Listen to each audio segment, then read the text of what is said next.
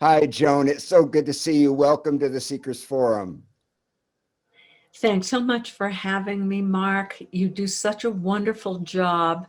I am your student and so happy to be here with you. Thank you very much. I wanted to start by asking you, I'm interested in the moment when you, as a scientist, as a young woman, realized that you were also a mystic. What was that moment like? Can you remember? Oh, listen, I remember that moment well because actually it was mysticism that brought me to science and not vice versa. Briefly, when I was 10, I developed a serious mental illness. It started as obsessive compulsive disorder, and it really had a psychotic edge to it, shall we say. And I was imagining that unless I did, a whole variety of rituals from hand washing to all my reading being upside down and backwards, that headhunters were going to break into the house and kill my parents. And I could literally hallucinate them starting to manifest from the unmanifest world. And so if you interrupted me during a ritual, I mean, the panic was overwhelming because I thought I failed. Everyone will die now. So this was, I mean, without question, I have to be careful when I tell the story not to get too far into it, or I'll go there. It was a hell state.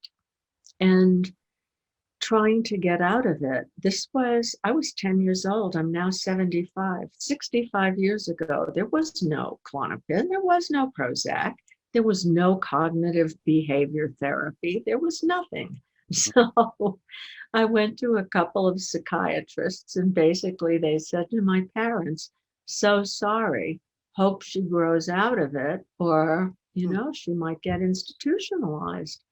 So my favorite thing back then as a 10-year-old was actually going to a Jewish summer camp. I loved it there. I loved the old music. I loved the dances. I loved sitting in the pine grove as the light changed at night and we welcomed in the Sabbath. And I knew I wasn't going to be able to go. So one day I was sitting in a chair and I was thinking about that camp, and I was thinking about the feeling of the pine grove Hmm. and thinking about the little girl voices. That we would welcome the Sabbath Queen. It was something like, come, O Sabbath day, and bring peace and healing on thy wing.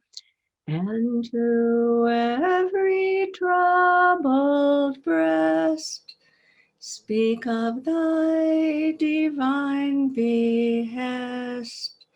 Thou shalt rest, thou shalt rest.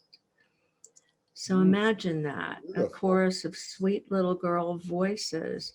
And that's what I needed most for my mind to come to rest. And something about that pulled me into a mystical state of union. And I had a deep knowing, I had that sense of deep rest. It was like biblical, Mark, the feeling like I'm held in the palm of the divine one. And I knew I wasn't alone. And I completely knew that I could recover from this mental illness, but I also knew how. And I'm not saying that this would work for any other person. Hmm. This was it was my spiritual awakening. What happened was that I realized if I continue to do the rituals, I'm going to stay stuck. And so I have to unstick myself somehow. And then, I'm thinking, how am I going to do that? Because I'm so panicked when the headhunters start to manifest. And suddenly a poem came through me. And I'll tell you the poem, but this was my first creative writing exercise. So I grabbed my pencil, and this was the poem. Somewhere in the darkest night, there always shines a little light. This light up in the heavens shines to help our God watch over us. When a small child is born, the light her soul does adorn. So when our only human eyes look up in the lightless skies, we must know, even though we cannot see, that this light burns far into the night to help our God watch over us. And How that's beautiful is still that? it. It 10 it years, was it 10 years old? at 10. That's what came through at 10. And my knowing was when the headhunters start to manifest, and I need to do a ritual, I could say the poem instead. So you could say it became a superordinate ritual. So I did that. And what it did was it hooked me back to that state of divine union and peace. Mhm. It still can do that. And so for 3 or 4 days, the headhunters would come, a few times less every day. And finally, they were gone. And that was my first mystical experience. Wow. And I continued to have experiences of light. And by the time I was a scientist, I'm thinking, how could I study this? That's always the science and spirituality question. How can you study something that's not measurable, that is ineffable, that you can't even find words to possibly describe the experience? But that's how essentially I ended up working with Herb Benson and studying meditation. This was now back in the late 60s and early 70s. And and at the same time I became a scientist. My training of a doctorate from Harvard Medical School. I'm a cell biologist with a postdoc in cancer cell biology. That was my first career. But at night in the laboratory, when all the regular work was done, we were doing experiments with Kirlian photography. That was big back then. And we were doing, there was a wonderful man, the late Itzhak Bentov, who wrote a book called Stalking the Wild Pendulum. He had a Faraday cage in his basement, and he was looking at, for example, healing at a distance. What kind of energy could be involved? And so we did some experiments together. And my life had two tracks in a way, sort of grant-funded scientist and teacher of medical students by day, and researcher of the ineffable by night. And you're lucky you came of age in the 60s, that you didn't have to sort of put this big wall between the two sides of you. Well, exactly, because at the same time, I remember, I was very affected by the work of Ram Dass, aka Richard Alpert, in high school. My favorite book in high school was Aldous Huxley's The Doors of Perception. I used to take my guitar and imagine what a mescaline trip would look like. And I tried to get access to the experiments at Harvard. And of course, they weren't taking any high school kids. But all that was happening. And I knew enough to know, before I discovered the work of actual mystics, although Aldous Huxley was a mystic, I began to realize that there were plants in the natural world that could create perhaps the kind of experience that I had, for which I had zero context. Mm. It's like your grammar school library is totally lacking in books that you could look into. So that's how it all started. Wow. And so And were my you, writing, that's how my writing started. I was going to ask you, so you've always been somebody who has been engaged in self-inquiry. You've always been a Oh, questioning yeah, person. Yeah. absolutely. Yeah. And that's why eventually I retrained as a psychologist because, I wanted, I think, I mean, the first reason I wanted to be a psychologist was out of compassion. I Mm. think a lot of kids who are sick physically or have a mental illness from which they recover dream of growing up to help other people who have the same problem. And, of course, for me with the mystical experience, it led right into questions. What is reality? What is consciousness? Mm. What's the conscious mind, the unconscious mind? What is transpersonal? What are Jungian archetypes? Mm. And I became fascinated with that.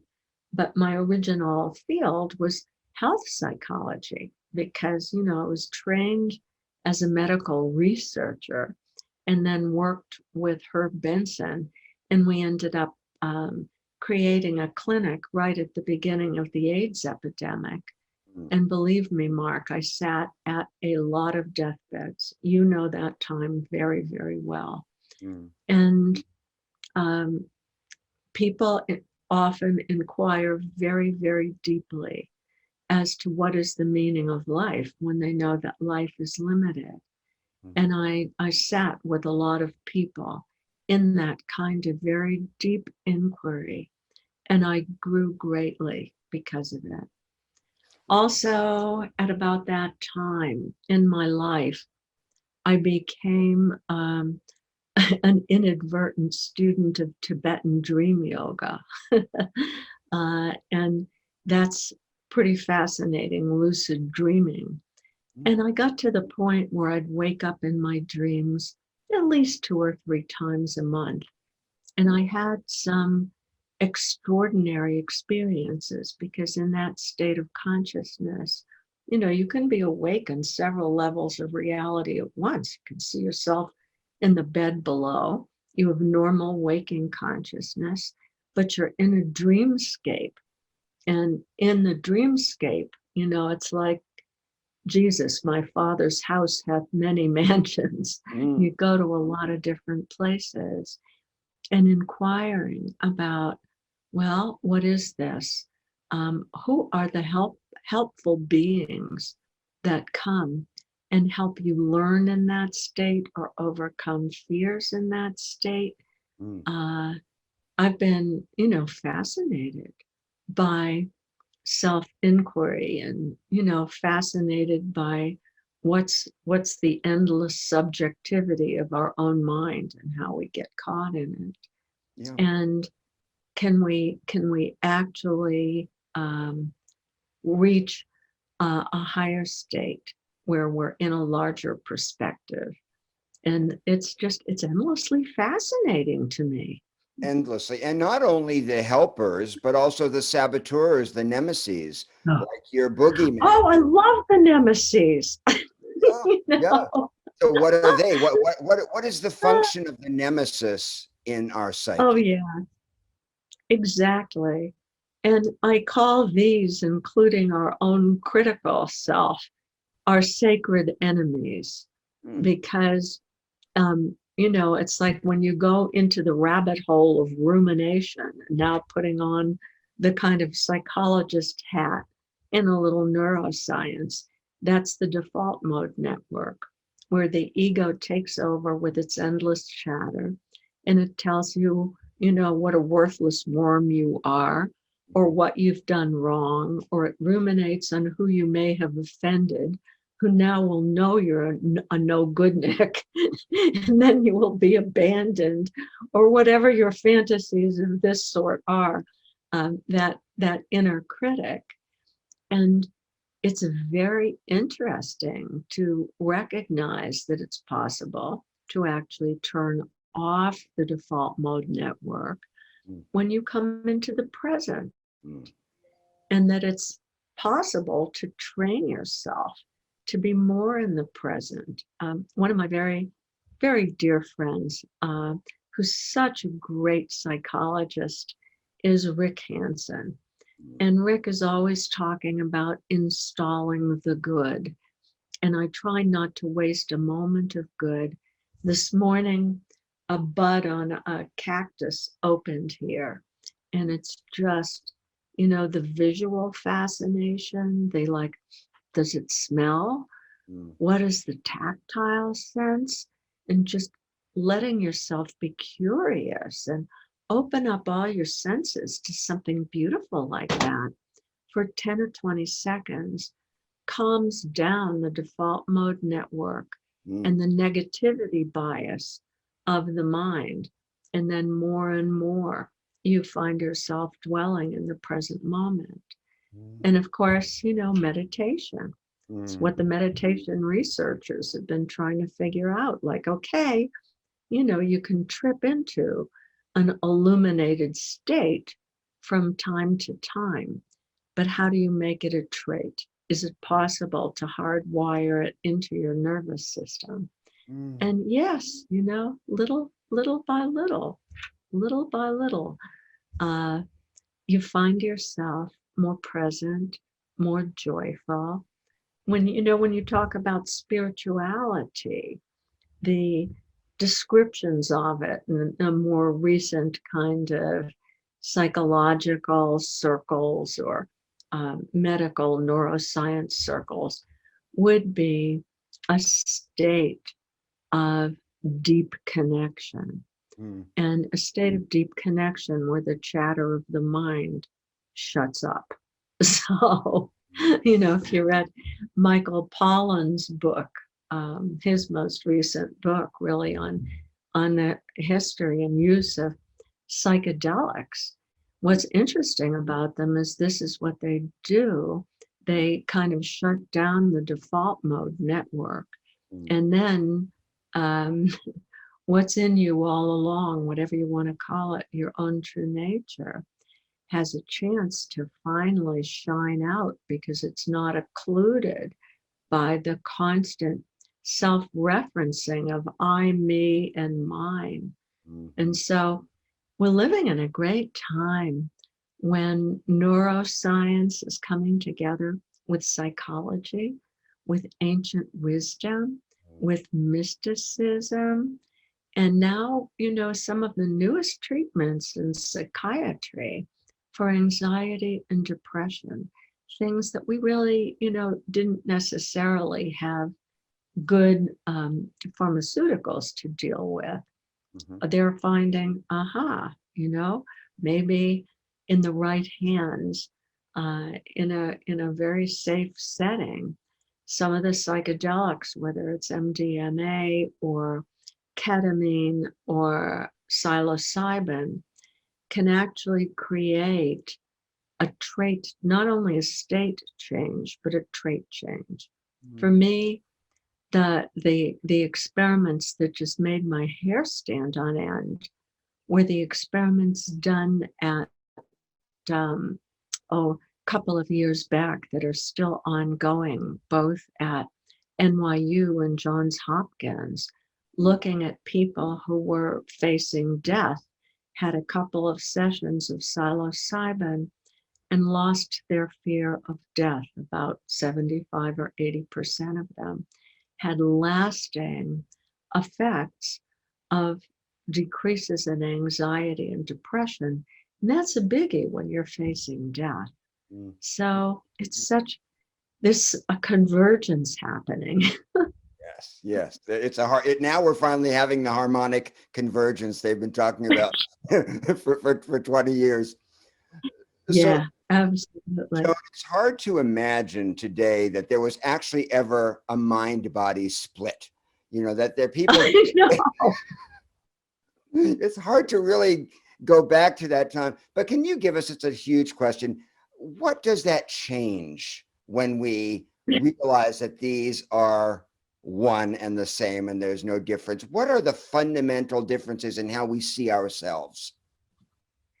Oh, that's such a great question because, if you look at your body as something independent versus inquiring, like, oh, what's going on in my body? And it's not just my body, it must be starting in my thoughts, in my psyches, in my behaviors, in my environment. Hmm. You lose some of that sense of being like a separate piece of meat walking around, and you realize, wait, I'm part of the web of life. So I have to inquire as to, oh, this is interesting. I have a symptom of some kind. Um, what am I thinking? Is there something that's stressing me or bothering me? Literally, depending on whose research you look at, somewhere between 70 to 90% of the reasons why people visit the doctor are for stress related conditions. Mhm. And so you got to say, okay, what's stressing me? What are my habits of mind? What's unresolved? What do I regret? What do I resent? What's driving my body to be afraid? And on the other hand, what allows my body to be peaceful? What allows me to be present? What allows me to reduce inflammation and my systems to become quiescent? What am I eating? Who are my friends? Mm. It is such a big inquiry. And little by little, coming back to the definition of spirituality is deep connection. By that kind of inquiry, you begin to put out strands of connection Mm. everywhere, to everything, to the seasons, to what grows, anything you can think of. You're part of the whole. Mhm. And now nature and bringing people into nature is so much a part, inseparable from the work that you do. Oh, it is. Yeah, How does you our probably know. oh, excuse me, Joan, Yeah, but go ahead. how does our sense of self change and enlarge in connection to nature? Well, it's such a great question because, first of all, I think we've all read about nature deficit disorder. Yeah. And what happens? You're just sitting inside all day or thinking that your food comes in plastic packs from the supermarket and forgetting that it grew somewhere, or that it was a living being or whatever it was. And just simply at a very basic level, the way that you nourish your body changes when you realize, oh, I'm part of nature. And, taking a vitamin is not the same as eating a carrot.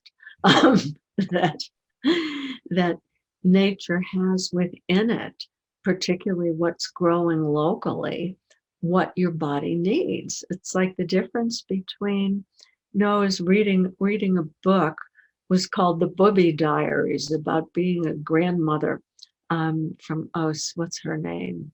I forget, but people could look it up. She writes for the New York Times. And she was talking about the difference, like how we used to disinfect anything our baby came in contact with and boil bottles and nipples and all of this. And now it's like, hey, kid, eat off the floor. It's good for your microbiome. Exactly.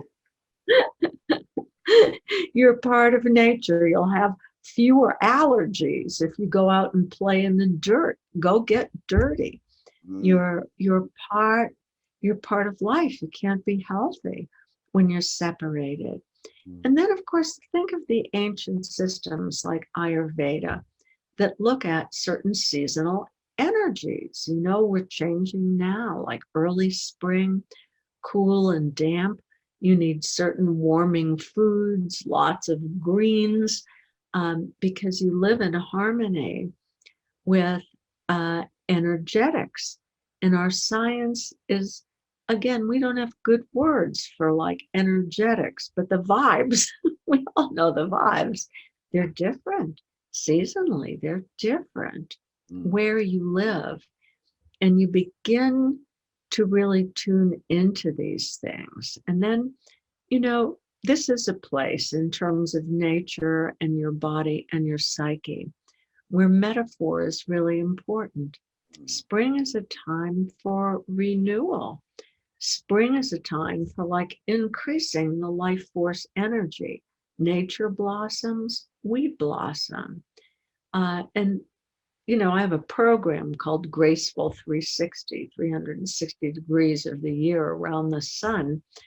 And it's been fantastic for me in a couple of years of developing and offering that program.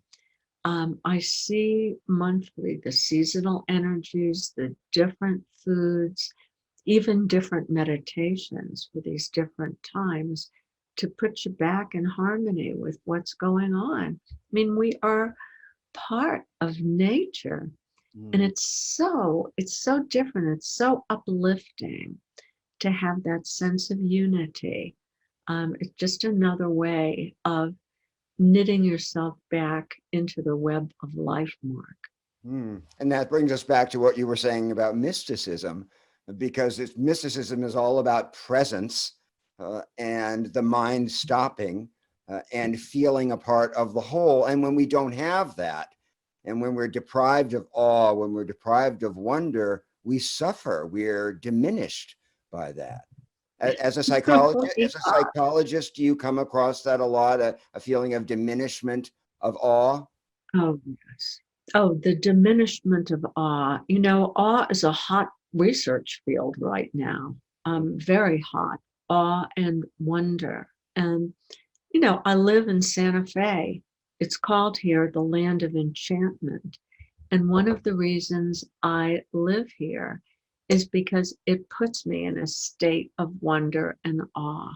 At the magic hours and the night and the morning as the light changes, like the earth is red. I'm looking out at a red mountain outside my window. It looks like it glows from within. And those states of mind, awe grabs you. It just grabs you and it stops your mind. And people who have more experiences of awe are happier. I remember working in a treatment center once. I was helping develop a mindfulness-based recovery program. And most of the people who were in that treatment center, this was a wake-up call for me. It was really hard. They were young, 17, 18, 20, 25, almost all of them opiate addicts. And they'd come to group and they were in various levels of withdrawal. They were like everywhere, here, there, but not here. And they'd run out of class to go smoke cigarettes. And I'm thinking, what am I going to do with these people? This is crazy. What can I do? And so I said, hey, you use drugs to get into a state that feels good to you, right? I said, yep. And I said, how about the state of awe? Let's all remember a state of awe. And it was like a light bulb went off and you could see people come to life. And they would talk about their states of awe. And so I said, this is what recovery is. It's not giving up that state that you're trying so hard to get. It's a way of getting there volitionally without all the horrible side effects of ruining your life. So it's transformative. Yeah. And it's a paradox because we ought to be more awed than ever before with being able, we're zooming thousands of miles in real time, we're the extraordinary technological advances, but I don't think technology really brings us into awe in the way that nature does. Do you? Well, I can't speak for all technology. I know there's a lot of cool stuff going on with virtual reality. I met a guy, I said, "What's your virtual reality program you're working on?" He said, "The experience of being a tree." And I thought, Okay, I take go it for back. that. I take it back. Let me ask you, Joan, at this time of so much change and tumult in people's lives, could you just talk about why self-inquiry is particularly important and what kinds of practices you would recommend? Yes. Well, I think it's very important because what people will often do in times of confusion, and it's a very confusing time, everything is uncertain. We're just coming out of the pandemic. Maybe, will there be another wave?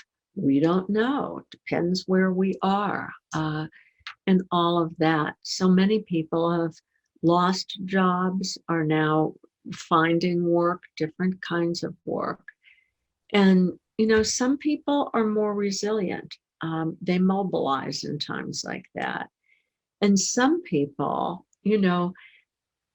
just can't handle it and take comfort in drinking, drugs, eating, lots of TV, just checking out to find some comfort. And what we all know is like, yes, that distracting yourself with comfort works for a little while, Mm. but it's the antithesis of self inquiry. It's all about keeping yourself out of your mind because it feels like, um, you know, a bad neighborhood. Was that Annie, the writer Lamont. who had yeah, Anne Lamott, who said that, your mind, stay out of it. It's like a bad neighborhood. And as long as you view your mind as a bad neighborhood and it feels bad to be there, of course you're going to look for comfort. It's only human. Mm. And so, what happens for a lot of people is they kind of have to hit bottom before they say it really is a bad neighborhood. There must be a better way.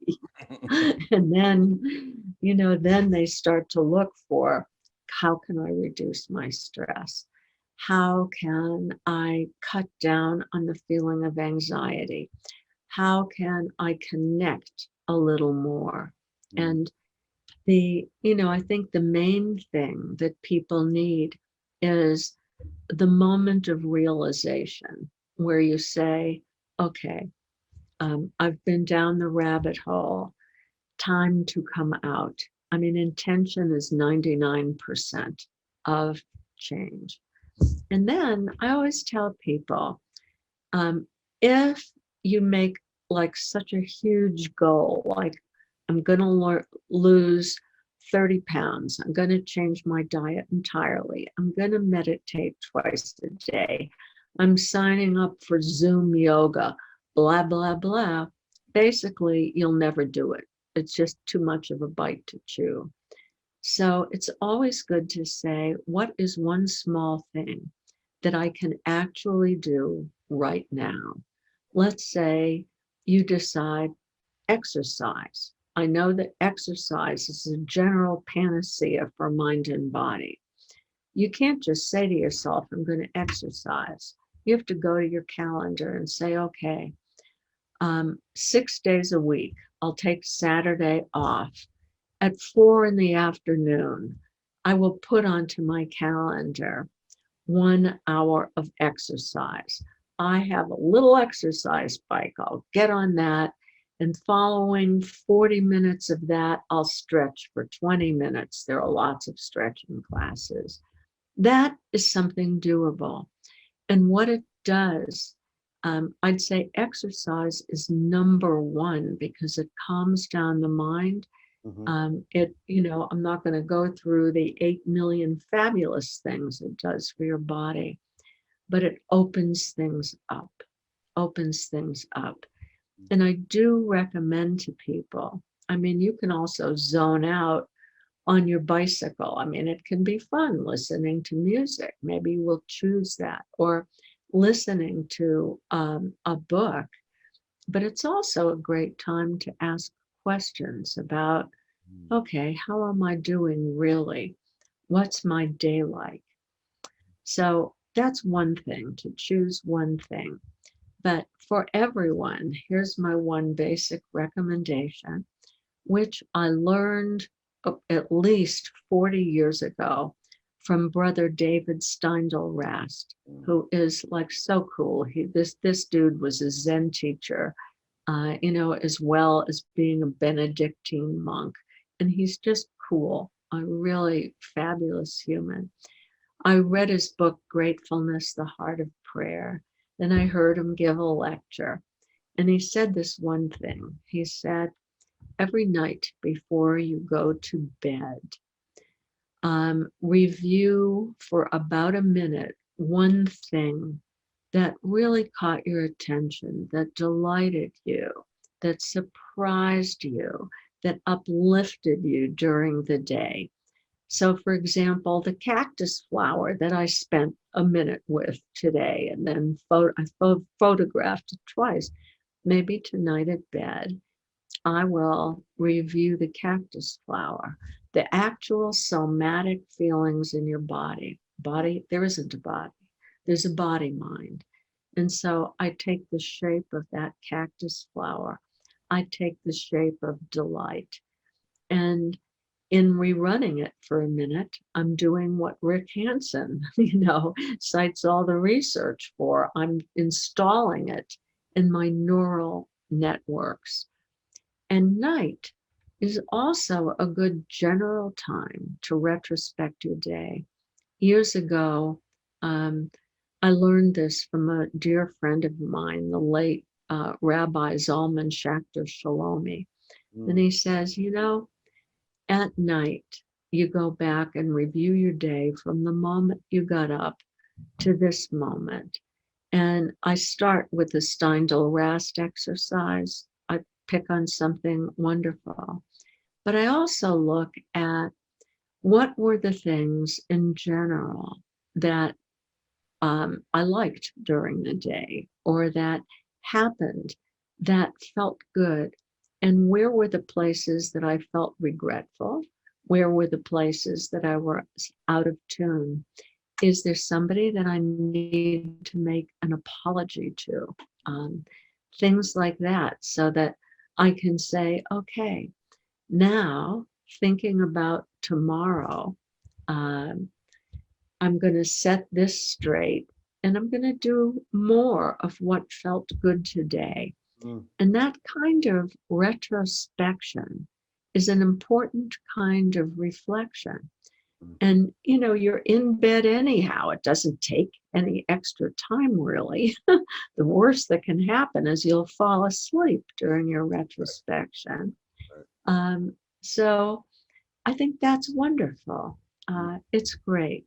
Yeah. Then, of course, there's reflection in writing. And like you, I'm a writer by trade, 17 books later. But writing a book is very different in some ways than reflecting on your life. And I love your writing prompts, I must say, Mark. You do an amazing job. And like you, I give different writing courses, but mine are all about spiritual memoir. They're looking at your life from a higher perspective. And there's a fabulous book called Wise Aging by Linda Thal, Thal, and the late Rabbi Rachel Cowan. And Rachel was a student of Reb Zalman. I think this exercise I'm about to describe might have originated with Zalman, but they outline it beautifully, and it's called The River of Your Life. And, we have people, someone made a whole scroll, like a Torah scroll, of a big piece of paper with the river of her life. Or you use, a poster board from before the time you were born, all the little streams of ancestors that come into your life. Mm, then reviewing it in 7-year sections as it flows to that sea of unity, and looking at everything from like, who were the angels who showed up to help you when you needed it? Who mm, were your sacred enemies who, you know, you had a bad encounter with the dirty SOB, and it later turned out that you learned something that was incredibly important to learn. mm, So you begin to integrate. There's a whole field of narrative coherence, integration. You begin to integrate your life, which integrates your brain, and you become a happier person.